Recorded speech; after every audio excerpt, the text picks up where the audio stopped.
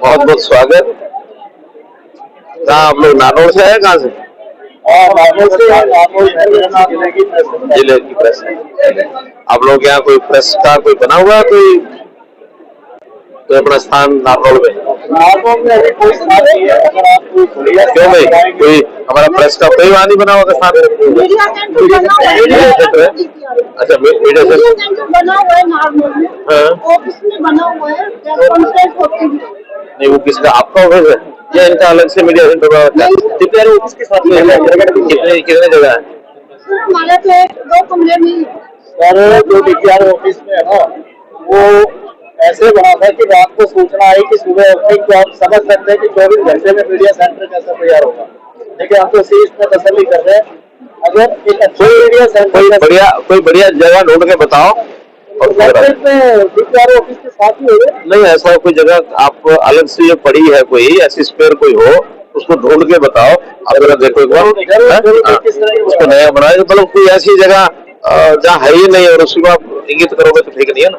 कोई जगह ढूंढ के बताओ। चलिए इसके लिए मित्रों, आज मेरा ये जो 5वां जिला है जिसका जन संवाद का कार्यक्रम मैंने शुरू किया, नांगल चौधरी विधानसभा के आज ये 3रा कार्यक्रम है। सबसे पहला कार्यक्रम था हमारा बुधबलावा, दूसरा निजामपुर और तीसरा ये मुसनोता।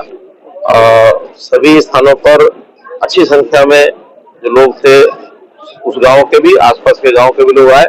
अच्छी बात यह है कि आज मौसम भी काफी अच्छा सुहावना मौसम था, नहीं तो गर्मी के दिनों में कई बार हमें लगता है कि इस क्षेत्र के अंदर बड़ी कठिनाई होगी। मुझे मौसम खराब होने के कारण से थोड़ा सा देरी तो हुई है दोपहर को, लेकिन फिर भी हमने कवर कर लिया। तीनों गांव हमारे अच्छे से हुए हैं। लोगों ने अपनी अपनी समस्याएं रखी है। सरकार की जो स्कीमें आज तक चल रही है उनकी भी भरपूर सराहना की है। फिर भी किसी का जो सुझाव उसमें था वो उन्होंने बोल करके भी बताया है, लिखित रूप से भी सब लोगों ने अपनी अपनी बातें दी है और गांव की डिमांड जो है खुल करके बताई गई है। मेन जो समस्या है इस इलाके की वो पानी की, क्योंकि हमें पता है कि राजस्थान के बॉर्डर का ये एरिया है और मेन जो हरियाणा की नेटवर्क है, कैनाल नेटवर्क, उससे काफी ऊंचा है। ऊंचाई होने के नाते से लिफ्ट सिस्टम उतना कारगर नहीं है। फिर भी जहां जहां पीने का पानी है वो तो सब जगह पहुंचाया जा रहा है। इरिगेशन के लिए वर्षा के पानी पर निर्भर है, तो वर्षा का पानी जितना जितना यहाँ हम कलेक्ट करके जो डैम छोटे बड़े बना सकेंगे, तालाब बना सकेंगे, काफी बनाए भी हैं और भी बनाने के लिए आज जो सुझाव आए हैं उसमें जितने अधिकतम फिजिबल होंगे उन सबको बनाएंगे। क्योंकि पानी आकर चाहे वो पीने का हो या सिंचाई का हो या फिर पशुओं के पीने की बात हो, तो सारी आवश्यकता पूर्ति करना ये हमारा काम है, उसको पूरा करें। व्यवस्थाओं की बात करें, आज हरियाणा को आप किस पायदान पर किस प्रकार की व्यवस्थाओं की बात आप करते हैं? जैसे सरकारी कैसे नौकरी की बात हो, रोजगार की बात हो, और जिसमें बीजेपी कह रही है कि बगैर खर्ची के अभी एक साथ बीजेपी नहीं कह रही है, जनता भी कह रही है और जनता कह रही है उसको आप सुबह से लगातार आप 3रे कार्यक्रम में सुन रहे हैं। जनता इससे बहुत मैंने प्रसन्न भी है, जनता संतुष्ट भी है कि कोई एक समय था जब लोगों को ढेर पैसे ले जा करके और सिफारिशें भी ढूंढनी पड़ती थी, और अब पर्ची खर्ची वाला जो एक चला है फ्रेज, उसके अंदर आपको पता है कि न तो हम किसी की सिफारिश मानते हैं, न ही किसी का कोई भ्रष्टाचार का कोई विषय इसमें आता है। कहीं कहीं पुरानी आदतें जिनको लगी हुई है उसकी कोशिश जरूर करते रहे, लेकिन कोशिश करने के बाद भी कोई भी सफल हुआ नहीं है और ऐसे कोशिश करने वाले लोगों को हमने पकड़ा भी है।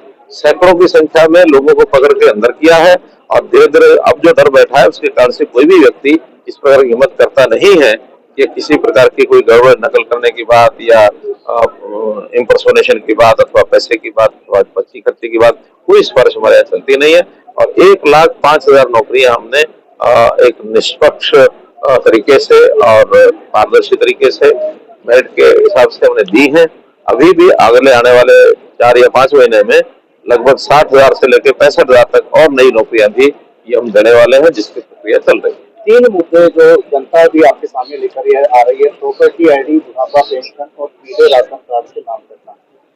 एक और गवर्नमेंट कह रही है, बीजेपी भी कह रही है कि हमने BPL कार्ड की संख्या बढ़ाई है।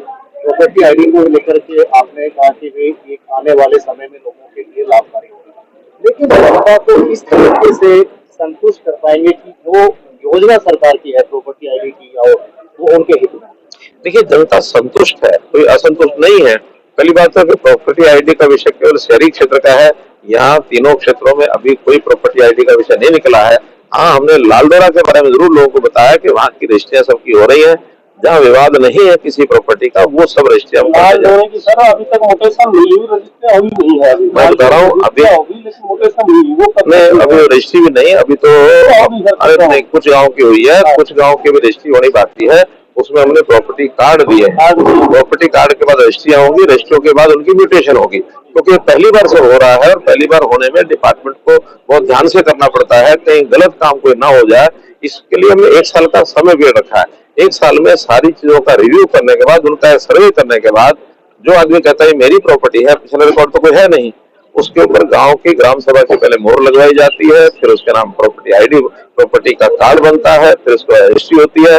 छानबीन करने के बाद उनके सबके म्यूटेशन होंगे। 1 साल के अंदर, जब से शुरू किया तब से 1 साल, लेकिन गलत ना हो जाए ये सावधान रखना बहुत। फैमिली आईडी की त्रुटियां कोई ज्यादा नहीं है, लगभग हमारे पास 2.5 लाख फैमिली आईडी की त्रुटियां आई थी। वेरीफाई होगी, लेकिन उसके बावजूद जो लाभ मिलना चाहिए, जैसे इनकम ऊपर क्लियर करके वेरीफाइड इनकम होगी सर, उसके बाद जो है क्राइटेरिया में वो नीचे जो है डाटा जो है उस पर वेरीफाई होकर हो गया किसी आईडी। जिनका वेरीफाई हो रहा है उनको 1 महीने के बाद सर्विसेज दी जाती है, क्योंकि आखिर सर्विसेज क्या होती है, उसमें राशन कार्ड है, कोई महीने के बाद ही राशन मिलता, रोज मिलता नहीं है। जैसे किसी की पेंशन है, पेंशन भी महीने 2 महीने के बाद ही उसकी जैसे आईडी बनेगी, उसके बाद उसके यहाँ रजिस्टर होगी, उनका जो पीरियड है प्रोसेसिंग पीरियड, उस पीरियड के बाद वो सारे लाभ मिलते हैं। लेकिन इनकम का सर्वे, इनकम की वेरिफिकेशन, ये सबसे पहला बिंदु है, सबसे जरूरी है। वो एक बार हो जाए तो बाकी सारी चीजें चालू हो जाती है। तो उसी में बीजेपी के और स्थानीय विधायक के 2 ड्रीम प्रोजेक्ट इस एरिया के, स्थानीय विधायक के भी और बीजेपी के भी, मेडिकल कॉलेज और लॉजिस्टिक हब।